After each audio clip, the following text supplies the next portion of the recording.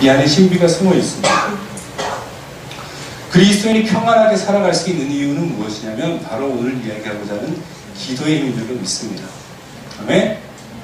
우리는 그리스도인은 기회롭게 살아갈 수밖에 없을 것 같은데 기도를 하니까 하나님께서 우리에게 기도 응답을 주시는데 그것으로 우리 오는 결과가 무엇이냐면 기쁨이더라는 겁니다.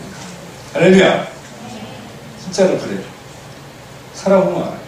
그리스도인이 그리스도인답게 살지 않았을 때 오는 괴로움은 아까 얘기한 것처럼 그렇습니다. 근데 그리스도인이 그리스도인답게 살면 살수록 부딪히는 게 많아가지고 힘들 것 같은데 막상 그 삶은 기쁨의 삶이더라는 것이죠. 자, 기도 때문에 그렇다는 거죠. 자, 흔히 기도는 호흡이라고들 많이 비유를 해요. 그 이유는 무엇이냐? 자, 사람 영혼 몸으로 이루어져 있습니다. 영과 혼과 몸으로 이루어졌어요. 육지 살아가려면 뭐가 필요합니까? 양식이 필요하고요. 그죠? 양식만 먹는다고 되는 게 아니라 숨을 쉬어야 되고요. 숨만 쉰다고 되는 게 숨만 안 쉬고 가만히 앉아있으면 얼마 전에 인터넷에 보니까 세계에서 가장 무거운 사람이 600kg인가? 그래가지고 그냥 이렇게 하면서 헬스를 봤는데 운동 안 하면 그렇게 될 수도 있어요. 운동 열심히 합시다. 네. 운동을 해야 돼요. 그죠? 그래서 거기랑 비유를 해가지고 영에도 양식이 있다. 뭡니까? 하나님의 말씀이다. 이건 성경에 나와 있어요. 그럼 영에도 호흡이 있을 거 아니야? 이거는 기도다. 그리고 운동도 해야 되지 않느냐? 이거는 전도다라고 이야기를 많이 하는데 그래 우리는 성경 공부를 하다 보면 이런 얘기를 듣기도 해요. 근데 목사님 생각은 이건 조금 억지다라는 생각을 합니다. 왜 그러느냐? 영과 혼과 몸이 사람을 이루고 있는 겁니다. 근데 영과 혼과 몸이 속성이 같아요? 육신이 필요한 건 영이 다 필요로 합니까? 혼은 어떻게 합니까? 그죠? 몸이 양식과 호흡과 운동이 필요하다고 영도 똑같이 필요한 거는 아닐 거예요.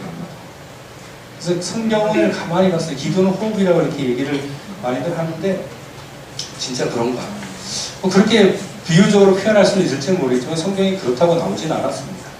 그렇다고 기도가 중요하지 않느냐? 그러니까 이런 얘기야. 목사님 이야기는 뭐냐면 기도가 만약에 호흡이라면 기도 안 하고 있으면 영이 죽어버리겠네 그 사이에. 호흡 안 하고 이렇게 숨 참도 죽을 수 있어요? 숨 참아서 죽을 수 있다고 생각하는 사람. 사람이 자동으로 그게 안 돼요. 숨 참아서 자살하려고 하는 사람, 성공한 사람 한 번도 못 봤습니다. 저절로 숨이 쉬어져요. 그럼 기도를 안 하고 가만히 있으면 저절로 기도가 나와야 되는데 그렇지가 않은 경우가 많죠. 성경에 기도가 호흡이라고 나와 있는 구절은 없어요. 유사성은 있겠죠, 어느 정도. 그러니까 어떤 걸로 이제 유사성을 하냐면 숨은 들이쉬고 내쉬고 하잖아요, 그죠? 들이쉬고 내쉬고. 그러니까 하나님의 말씀은 들이쉬고 우리 죄를 내뱉고 이렇게 한다고 이제 표현을 하고자 호흡이라고 이야기를 했는데 성경에 꼭 그렇게 나와 있지는 않습니다. 근데 중요한 건 뭐냐면 그럼에도 불구하고 기도는 명령이라는 거죠. 하나님께서 우리에게 하고 있는 명령이라는 거죠. 기도가 호흡이라고 성경에 적혀있지 않다는 의문 때문에 그렇게 가르치다 보면 성경이 그렇게 나와 있지 않은데요 라고 따지면 할 말은 없어요. 근데 성경에는 기도는 명령으로 나와 있습니다. 우리가 가장 잘 아는 명령이지, 그죠? 기도하라는 명령이 총 87구절이 나와 있습니다. 성경 전체에. 그리고 구하라는 구절이 몇 절 나왔다고요? 116구절. 조금 나온 게 아니죠. 기도하라! 명령적으로 나온 게 이렇게 많아요. 기도하라는 건 주님의 명령인 줄로 믿습니다. 다음에 심지어는 기도를 어떻게 하라 그럽니까? 쉬지 말고 기도하라 그랬어요. 쉬지 말고. 아마 기도가 호흡이라는 힌트가 여기서 나온 것 같아요. 우리가 호흡을 쉴 수가 없잖아요. 그죠? 밥 먹는 건 잠깐 쉴 수 있습니다. 운동은 안 할 수 있어요. 숨쉬기 운동은 쉴 수가 없죠. 여기서 연결된 것 같지만 이게 멈추지 말고 기도하는 의미는 아니에요. 굳이. 우리는 항상 기도하면서 살아야 될 줄로 믿습니다. 그건 당연한 거예요. 근데 조금 달리 생각을 해보면 쉬지 말고 기도하라는 것은 우리가 막 이제 일을 하다가 하면 잠깐 쉬느라고 멍 때리고 있는 사람들이 있죠. 그죠? 다른 짓 하고 쉬고 그런 시간에 뭐 하라고요? 쉬지 말고 기도하라는 거예요. 우리는 모든 순간에 기도해야 될 줄로 믿습니다. 걸어가면서 밥을 먹으면서도 심지어는 게임을 하면서도 기도해야 돼요. 그래서 기도하는 주님의 명령도 우리 반드시 기도를 해야 되는데, 이제 그러면 기도, 아까 이제 처음 목사님이 했던 질문이 뭐냐면, 하나님께서 침묵하는 문제에 대해서는 어떻게 합니까? 기도하면 주님께서 들어주신다고 그랬는데, 그건 우리가 하나님의 기도 응답이 무엇인지 정확하게 깨닫지 못해서 그런 경우가 참 많아요. 자, 기도에 대해서 여러 가지 이야기 있지만, 목사님이 야고보서 1장 5절부터 7절까지 이야기를 한번 여러분들하고 이야기하고자 합니다. 자, 한번 같이 읽어보겠습니다. 시작. 너희 중에 누구든지 지혜가 부족하거든 모든 사람에게 후히 주시고 후지치 아니하시는 하나님께 구하라. 그리하면 주시리라. 오직 믿음으로 구하고 조금도 의심하지 말라. 의심한 자는 마치 바람에 밀려 요동하는 바다 물과 같으니 이런 사람은 무엇이든 주께 얻기를 생각하지 말라. 그 마음을 품어 모든 일에 정함이 없는 자다. 아멘. 자, 여기 보면 기도를 우리가 어떻게 해야 되는지 좀 이렇게 과정을 설명해 주고 있어요. 첫째는, 자, 기도하는 대상은 누구라고 이야기를 하고 있습니다. 누구라고요? 하나님께 기도하는 겁니다.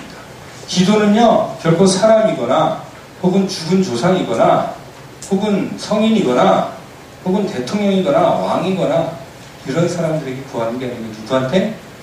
하나님께 구하는 거예요. 중요한 이야기입니다. 기도의 대상이 중요합니다.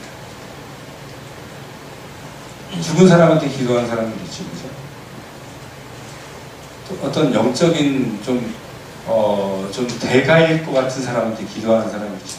이 기도의 대상은 우리가 그렇지가 않습니다. 오직 누구? 하나님께. 그리고 기도할 때 또 필요한 게 무엇이냐면 뒤에 나온 겁니다. 어떻게 해야 된다고? 구하는 겁니다. 기도는 하나님께 조건을 내거는 게 아니고요, 구하는 거예요. 우리가 기도할 때 가끔씩 조건을 내거는 사람이 있어요. 야곱이 그랬던 것처럼.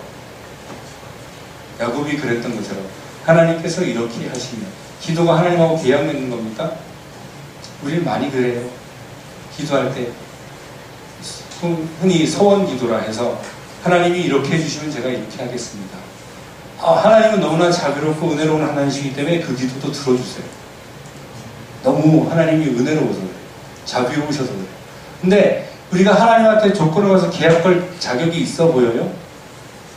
우리는 마땅히 지난주에 배웠던 것처럼 마땅히 죽어서 어떻게 될 존재였어? 지옥에 떨어질 존재였어요. 아무것도 가진 게 없어요. 여러분한테 아무것도 없는 사람이 와가지고 여러분하고 뭐 계약을 맺자 그러면 계약을 맺겠습니까? 사업하는 사람. 한 푼도 없어. 한 푼도 없는데 와가지고 나랑 계약합시다 하면 계약하겠어요? 그 맺어주는 사람은 은혜로운 사람이죠. 그죠? 우리가 하나님한테 가지고 하나님 제가 이렇게 해주면 제가 이렇게 하겠습니다라고 기도하는 건 그 기도가 아니라 하나님하고 내기하거나 계약하거나 조건을 내거는 거예요. 근데 우리는 가진 게 없어요. 주제에. 기도는 뭐 하는 거라고요? 없으면 하는 게 뭐예요, 우리가? 예? 각설이가 그 바가지 들고 가서 하는 게 뭐예요? 없으니까. 달라고 구하는 거잖아요. 그죠? 이게 엄청 없는 게 아니에요. 없으니까 어쩔 수 없이 달라고 그래야 돼.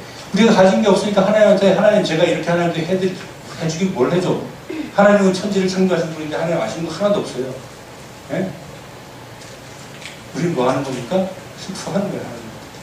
이게 기도예요. 아멘? 근데 이제 구한 다음에 해야 되는 건 뭐냐면 의심하지 말라고 이야기를 하는 거예요.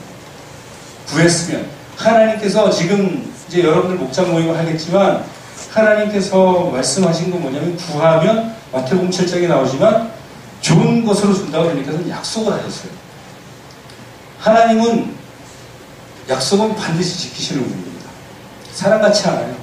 우리는 야 내가 너 이렇게 하면 이렇게 해줄게 라고 했는데 혹시 마음이 변해가지고 안 해줄 수 있잖아요. 그죠? 그때는 그때고 지금은 하기 싫어라고 안 해줄 수 있잖아요. 하나님 그럴 것 같아요? 하나님 절대로 그러지 않습니다. 그래서 우리는 찬양할 때 오 신실하신 주라고 찬양하죠. 신실하다는 의미가 그거예요. 한 번 약속한 건 어기지 않는다는 거죠. 구하면 주시겠다 그랬잖아. 그러면 하나님께서 주신 거야, 안 주신 거야? 반드시 주시겠다는 거죠. 아멘? 근데 가만히 보면 우리가 하나님한테 구했는데 안 와.